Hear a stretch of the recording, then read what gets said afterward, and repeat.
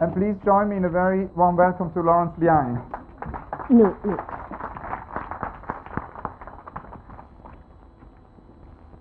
Lawrence, I wanted to begin with the beginning. This is our first encounter.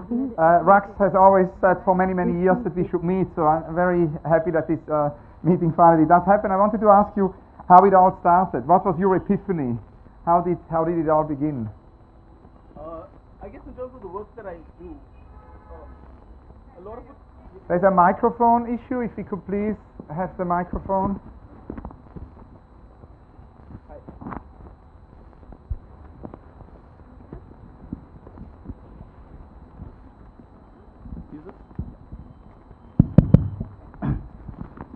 I think it's difficult to locate one epiphany, but in terms of the work that I do on intellectual property, I think it has to do with the fact that a lot of my growing up was in Calcutta. Yeah. And I was fortunate to have a cousin who kind of took me around, and whatever I picked up was primarily off literally the streets. And there was a lovely place in Calcutta called the Free School Street, which was, you know, the place where you got all your pirated English music, your old books, as well as your films. And the idea that this is called the Free School Street somehow resonated very well. I think that, I suppose, was one kind of epiphanic moment. But the other one, I think, also since you spoke about Rux, is that when I was at Documenta 11, they had a work there which was the coordinates of everyday life. And as a lawyer, going into an artistic space for the first time, I suddenly encountered very familiar material. You know, they had used a lot of text from judgments about urban evictions, etc., which I had known as a law student, but to encounter them in that context was a very uncanny experience and forced me to think about, you know, the relationship between law and art differently. So. And I was wondering, to stay for a moment with the epiphany, you are co-founder of the Alternative Law Forum, and it's an organization which conducts research on issues of globalization, on urban studies, on gender. There is also important intervention in the debate on changes in the Indian Copyright Act involved with that. How did this idea came about? Could you tell us about the beginnings of this institute, of the Law Forum, and about its mission and how it changed and where it stands now? We started sometime around 10 years ago, so we just finished 10 years, and I think it all began with some sense of wanting a space that would be able to integrate in some ways what was seen as a classical kind of legal intervention, legal aid model. But we were also people who were interested in kind of emerging conversations, especially in some kind of interdisciplinarity which looked at law not as a set of command, but really as an area of inquiry. And what this kind of productive conversation between practice and research would be. Interestingly, I think for a large number of people who joined the Alternative Law Forum initially as lawyers and then moved to getting into media practice, artistic practice, etc., and non-lawyers who joined and, you know, became lawyers. So I think this fluidity and the possibility of a movement to and fro has really been the journey for us in the last 10 years. And can we maybe talk about intellectual property, because there has been a lot of work of yours deals with intellectual property.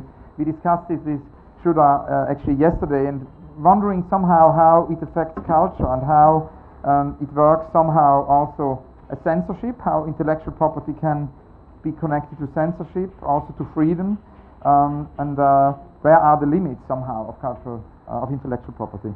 Well, really the last 15 to 20 years, we've seen this dramatic shift in the idea of value, where if earlier the idea of value resided really in terms of physical ownership of things and the production of things, the last 15 to 20 years has been about the emergence of a language of value in the intangibles. And although primarily led, for example, by certain cultural industries like Hollywood and the film industry, etc., it's kind of permeated in many ways into all kinds of artistic practice, cultural practice, etc. And I think more important than the real impact of how it's actually been, kind of enforced, I think there's this important shift in mindset where increasingly people who would not have seen or made claims to their works in a strict language of property suddenly start making extremely virulent claims in the name of property. And I think this has really kind of also been reflected in the kind of cultural contest.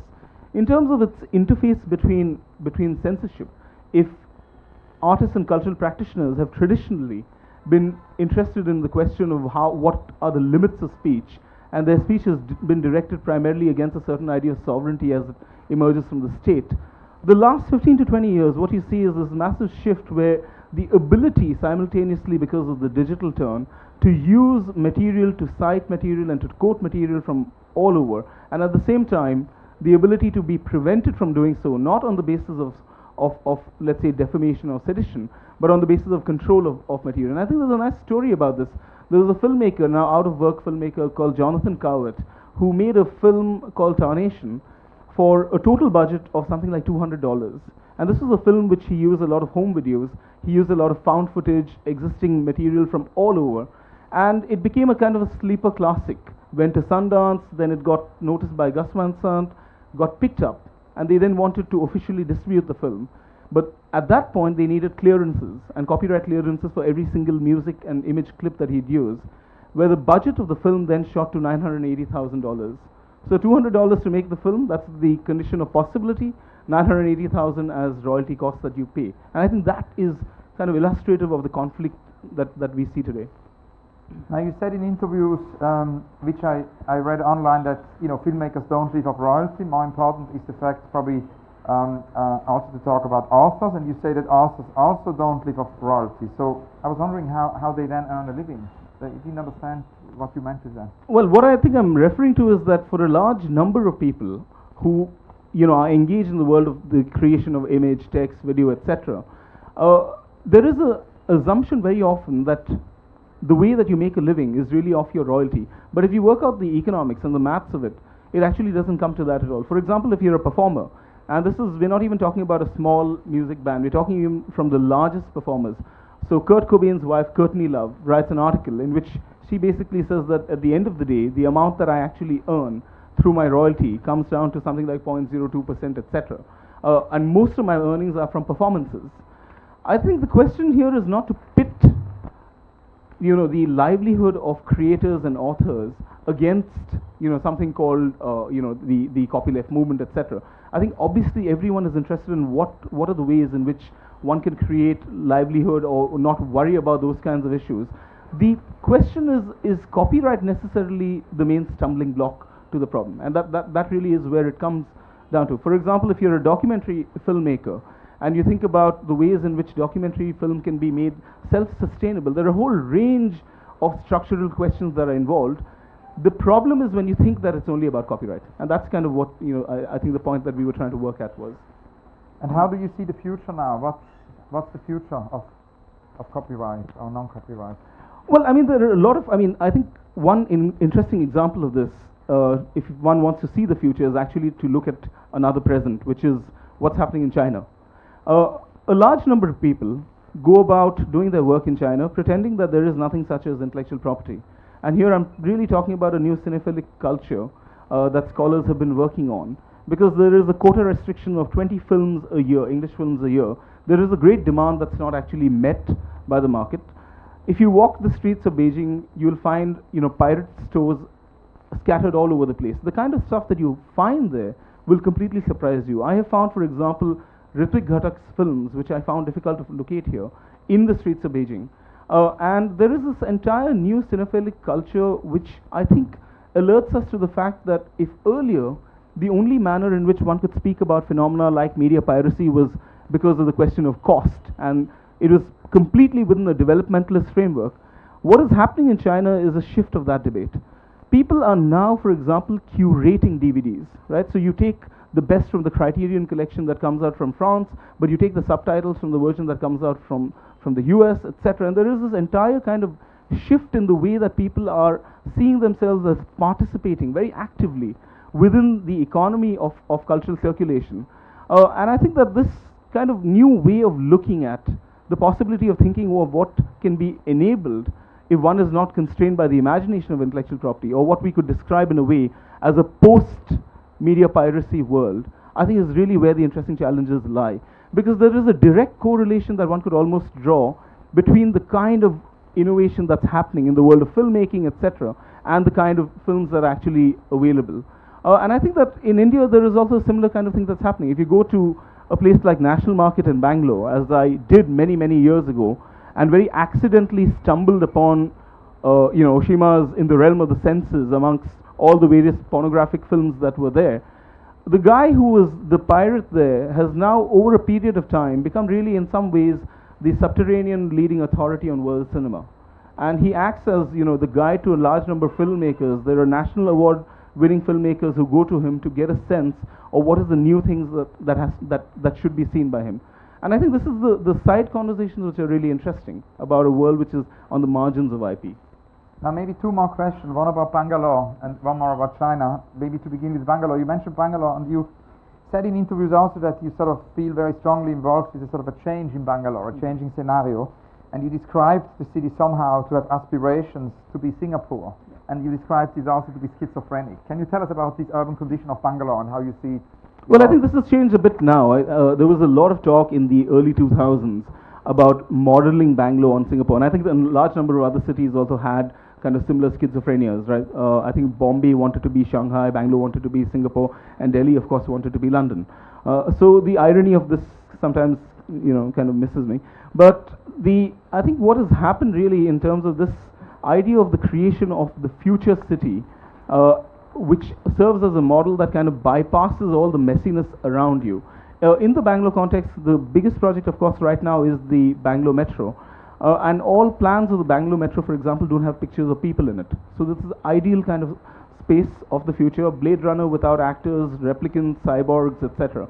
And at the time, this was a very, very strong imagination. Everyone spoke about what it would mean to leapfrog into becoming Singapore. I think, like all great plans that don't work out, I mean, I'm glad that that one hasn't either. Because if anyone has been to Singapore, you know that it's a rather sterile and boring place. Why would you want to transform yourself into a Singapore? And I think this is the richness of a certain urban life in India that we have, that there is a certain stubbornness to the extreme, you know, liveliness, as it were, of the social, which does not allow such grand imaginations to work out. So they end up being nice science fiction. They end up being a symptom, in this case, of schizophrenia, etc. And let's enjoy the symptom, as Zizek would tell us. So, now, when we spoke with Rax about your practice, they mentioned also the connection to China and the Chinese background, and I was somehow very curious about that. Throughout the 90s and early 2000s, I've been about 35 times to China, and I sort of observed very few dialogues, actually, particularly in the arts and literature and music to India. And I was wondering if you could talk a little bit about the increase in that and how China and India are connected and how you see that evolve in the future? Yeah. Well, there's the large manner in which that happens, I think, which we don't want to go down, which is there is a lot of talk now about India and China as the emerging giants, the need for more cooperation, the need for more economic kind of participation in each other's affairs. There's also the imagination of this new configuration of power that speaks back to global power, which is Brazil, India, China, etc. And I think that's not the realm of the conversation that is interesting at all. I think what is interesting, I mean, from some of the things that we've seen, is that if you were to trace even, you know, what one could describe as some kind of sideline conversations that have always taken place. For example, even though there are no official films that are released in China, you know, from Bollywood, or vice versa, where you don't actually have any official releases, there is an incredible investment and kind of excitement in each other's cinema that's happening. And I think this is all, of course, enabled by, you know, the mass availability of films in a particular format.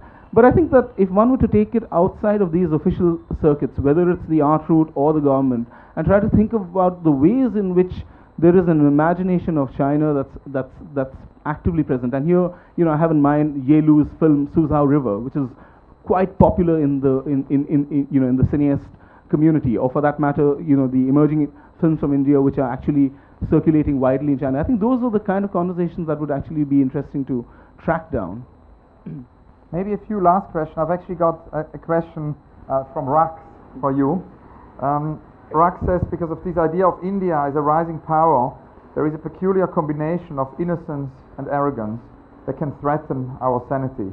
What are the resources that we can use to maintain a critical sense so that the footprint of this rising power is not a disastrous one? Thank you. From Rax. This is it's very typically a question from Rax. Before I answer this, I must say that there are sometimes when I've received an SMS from Jibesh, and the SMS is normally around 300 words long, very often of this nature. Very long, complicated question, which, you know, I need time to think about. And if I don't reply, I get another one saying, "Where's your reply?" Okay, so this is one of those moments This is, of course, something that I think we've also been thinking about in terms of conversations with each other. And I think that there is a way in which one can draw on a range of cultural and intellectual resources, which do not necessarily have to fall within, a nationalist claim that one is making. Call it cultural, call it civilizational in whatever way, without any of the binaries, without the acceptance of any of the binaries. The classical binaries that have plagued, the social sciences in India, tradition, modernity on the one hand, or, the idea of development versus underdevelopment. And I think that there is a whole range of conversational possibilities that actually erupt from the rejection of any of these categories. Now, this rejection is simultaneously an awareness of a certain kind of, emergence of a certain kind of a new language of what it means to speak of the idea of Indian culture or the idea of the Indian, etc. Now, what are the ways in which one can draw on cultural resources, whether it is, from the Mahabharata, etc., which does not necessarily fall into a nationalist claim, which allows for you to see other kinds of reasons that have always been present, which then also, I think, in a way, makes this idea of temporality a little more complicated, where we're not talking either about the archaic and the modern, but really about simultaneity, both in the kind of resources that we've drawn to shape our own intellectual lives, but also as a form of what it means to inhabit these kind of spaces, but what it also means to opt out of it. That we do not want to be named under, let's say, a campaign like the India Shining campaign, and at the same time we would draw on a resource that allows us to access our own experiences. So. Got it. And another question is a question from Amar Kanwar. The question is, what is upsetting you about the great Indian story?